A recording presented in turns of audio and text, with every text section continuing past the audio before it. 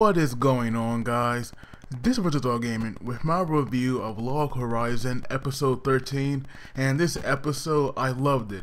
It actually had two surprises that I wasn't expecting, and the first one was the ending, but the more important one was actually Crusty.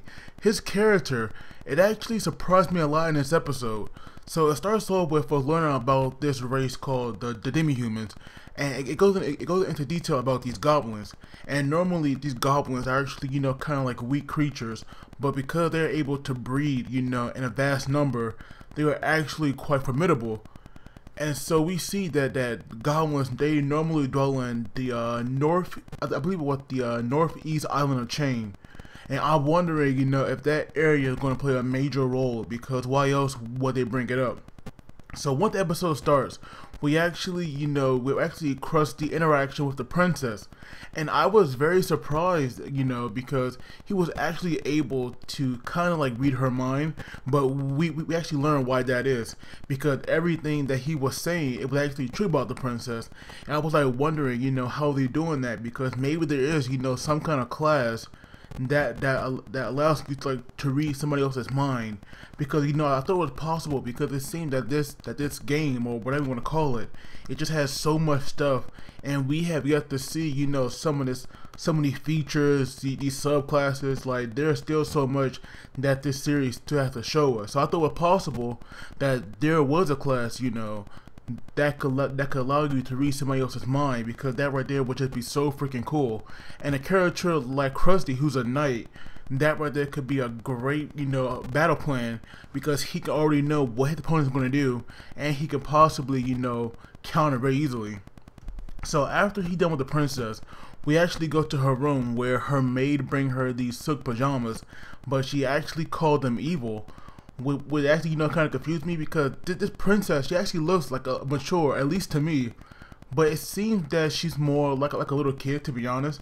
Now, I'm not saying that she's like a costume or anything, but she definitely has the mind of a child in some aspects at least.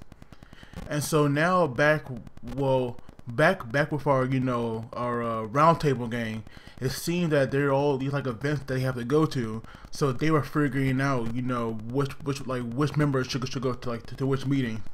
And there was a dinner with a duke, with the member of the or representative of the merchant guild. He's going to that. Crusty is going to attend some ball, and Shiro, he was going to this conference with the academic people of the land, those kind of people.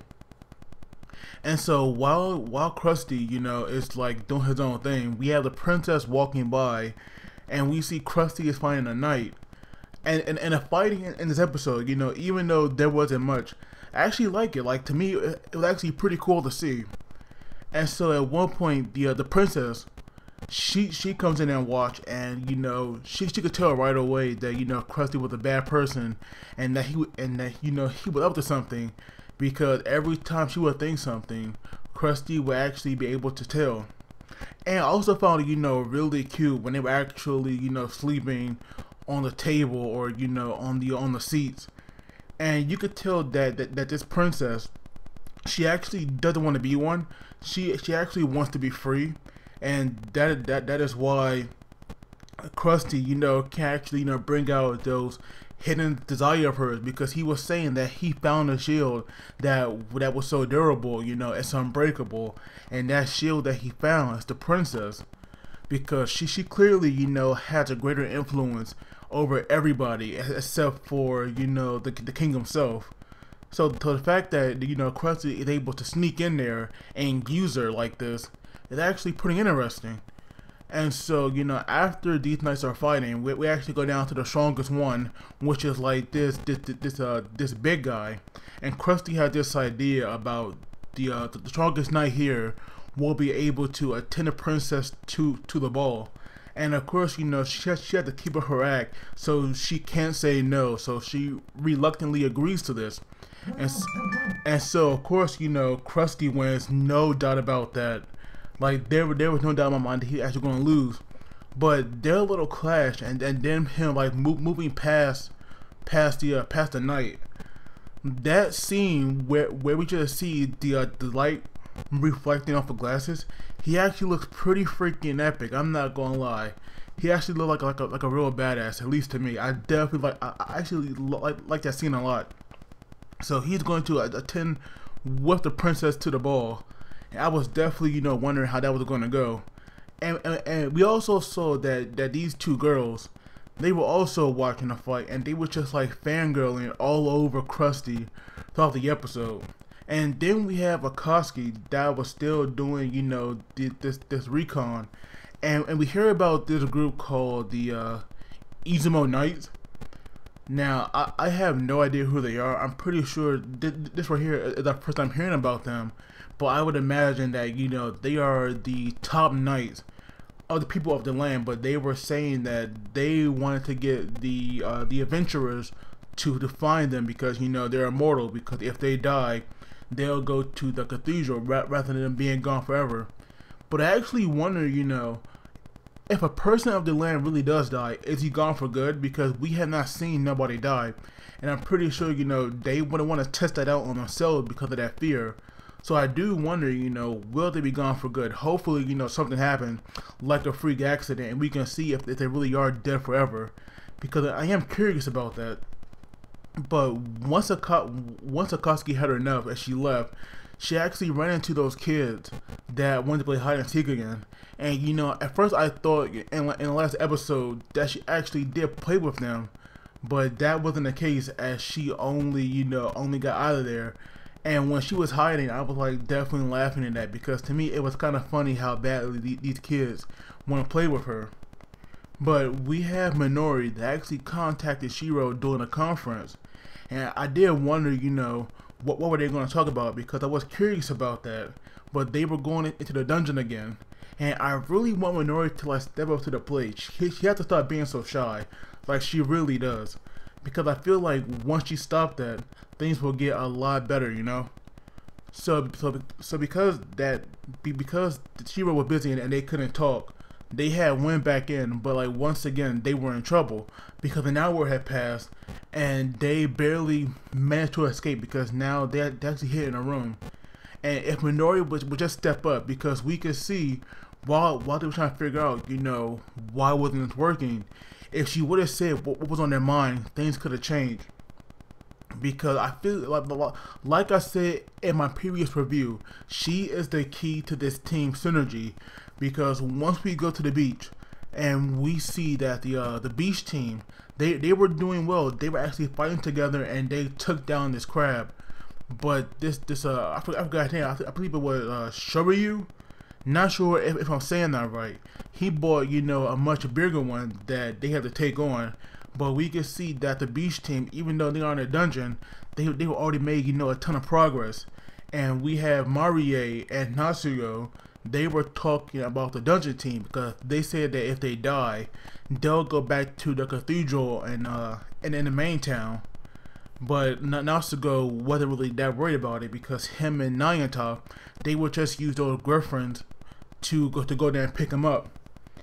But I do feel like, well, hopefully it won't take too long, but I'm hoping really soon that Minori will step up and they could clear this dungeon, because I'm pretty sure they can hide in that room forever. I would imagine that door will open after a certain amount of time, and those skeletons will be able to come back in there. But hopefully, we'll see them figure it out soon. But now the beach team, they're gonna have this crab soup, and even Nayanta and Natsuko, they're also preparing the same thing. But Nayanta was actually saying that the big crabs, they taste bland.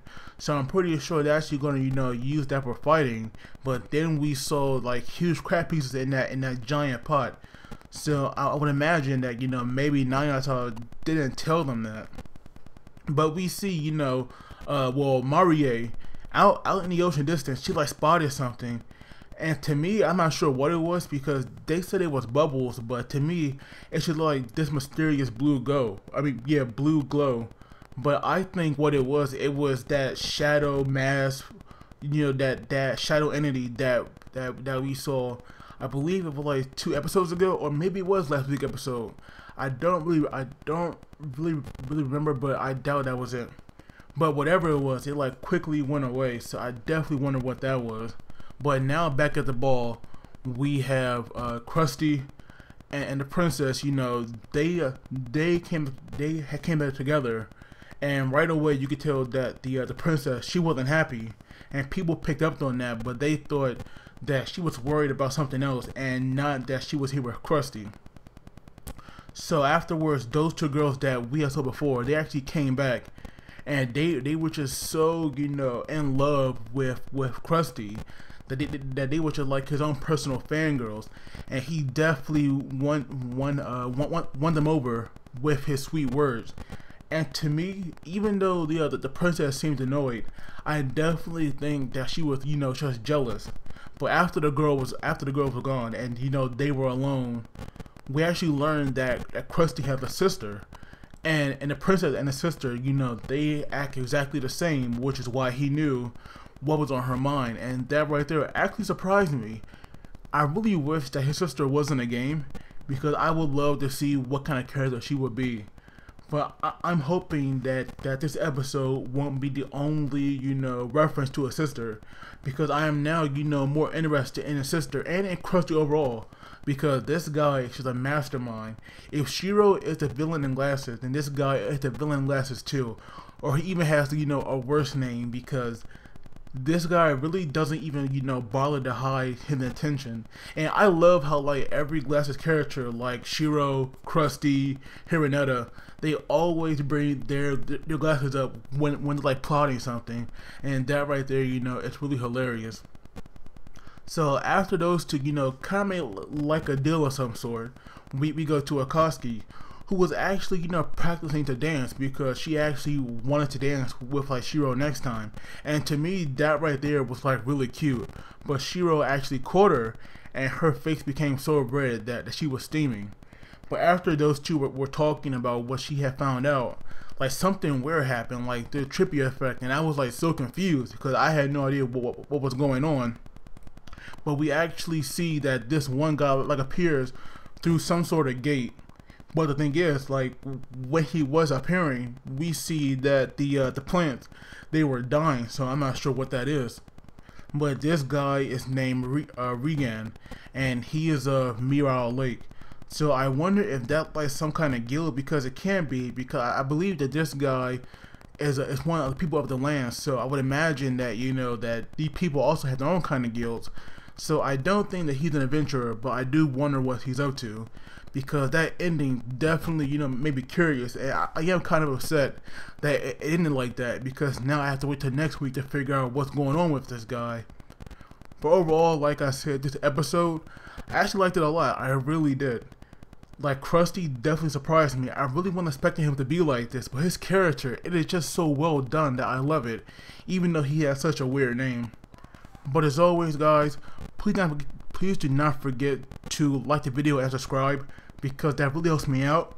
But as always, you guys take it easy, and I'll see you all next time. I had forgot to mention this back when I was doing my review, but during that dinner or lunch, whatever you want to call it, with the Duke, he was saying that whenever they want to like transport food and stuff throughout their dominion, that right there is like really easy to do.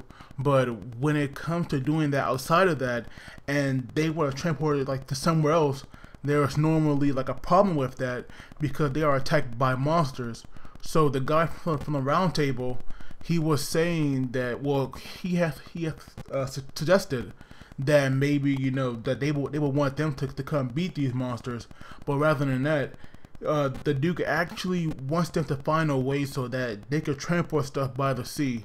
And that right there, you know, it actually surprised me a lot, because I always thought that in a game like this, you know, boats and stuff will be pretty common.